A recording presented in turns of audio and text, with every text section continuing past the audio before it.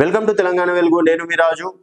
CM Revanth Reddy గారు ఢిల్లీ పర్యటన, ఇక్కడ నవీన్ యాదవ్ అలాగే మహేష్ కుమార్ గౌడ్ గారు కూడా వెళ్ళడం అనేది జరిగింది. సో మరి ఢిల్లీ పర్యటనలో కీలక విషయాలు మాట్లాడే అవకాశాలు ఉన్నట్లు కూడా తెలుస్తుంది. సో ఖర్గేతో సమావేశాలు కావచ్చు, తర్వాత ఇతర కేంద్ర మంత్రులను కూడా కలిసే అవకాశాలు ఉన్నట్టు కూడా సమాచారం. సో ఇక్కడ ప్రమాణ స్వీకారం కావచ్చు, నవీన్ యాదవ్ ప్రమాణ స్వీకారం, అట్లాగే రేపటి నాడు స్థానిక సంస్థల ఎన్నికల గురించి కూడా కీలకంగా మాట్లాడే అవకాశాలు ఉన్నట్లు తెలుస్తుంది.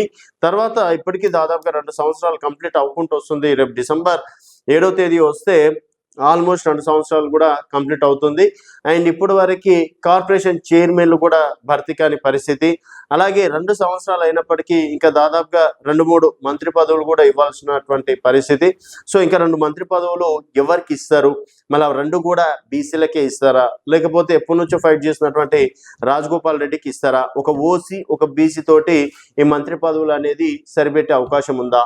అండ్ సుదర్శన్ రెడ్డికి ప్రభుత్వ అడ్వైజర్ గా బాధ్యతలు ఇవ్వడం అనేది జరిగింది. తర్వాత ప్రేమ్ సాగర్ రావుకి కార్పొరేషన్ చైర్మన్ ఇవ్వడం అనేది జరిగింది. సో వాళ్ళు కూడా కాంపిటీషన్ లో లేరు కాబట్టి ఇంకా మిగిలినటువంటి 2 మంత్రి పదవులు ఎవరికి ఇస్తారు? అండ్ కొంతమంది నవీన్ యాదవ్ కి ఇస్తారు అనే టాక్ వినిపిస్తుంది. మరి నవీన్ యాదవ్ ఎందుకంటే గతంలో కేసీఆర్ హయాంలో యాదవ్స్ కి పెద్దపీట వేయడం అనేది జరిగింది. సో ఇక్కడ కూడా యాదవ్స్ లో చూసుకున్నట్టయితే ఇద్దరు ఉన్నారు. ఒకరు బీర్లా ఐలియా గారు, తర్వాత ఇప్పుడు నవీన్ యాదవ్ గెలవడం అనేది జరిగింది. హైదరాబాద్ లో యాదవ్ సామాజిక వర్గ ఇంపాక్ట్ అనేది డెఫినెట్ గా ఉంటుంది. కాబట్టి నవీన్ యాదవ్ కి కనుక మంత్రి పదవి ఇస్తే డెఫినెట్ గా రేపు రానున్న జిహెచ్ఎంసీ ఎన్నికల్లో ఎఫెక్ట్ చూపే అవకాశం ఉంటుందని చెప్పేసి కూడా పార్టీ భావిస్తున్నట్లు కూడా తెలుస్తుంది. ఆయన మరి ఇప్పుడే గెలిచాడు, అప్పుడే మంత్రి పదవి ఇస్తారా అంటే మరి అది వాళ్ళ ఇష్టం అనుకోండి. కాకపోతే ఎట్లాగో ఒక బీసీకి అయితే అవి 2 బీసీకే ఇవ్వాలి, లేదు ఇంకా రాజగోపాల్ రెడ్డికి ఇవ్వాల్సి వస్తుంది అనుకోండి. సో ఒక డెఫినెట్గా ఒక బీసీకి అయితే ఒక మంత్రి పదవి ఇవ్వాల్సి ఉంటుంది. కాబట్టి మరి ఆ మంత్రి పదవి ఎవరికి ఇస్తారన్నది మాత్రం ప్రస్తుతం సస్పెన్స్ గా మారింది.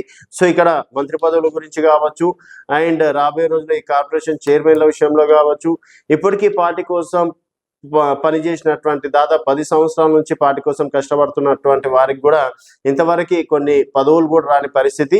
సో ఆ పదవుల విషయంలో కూడా మాట్లాడుతున్నట్టు కూడా కీలక సమాచారం. ఇప్పుడు నాన్సున్న కొద్దీ చేసుకుంటా పోతే వీళ్ళకి కూడా కొంతవరకు ఆశలు అనేది ఆల్మోస్ట్ గా తగ్గిపోయే అవకాశం ఉంటుంది.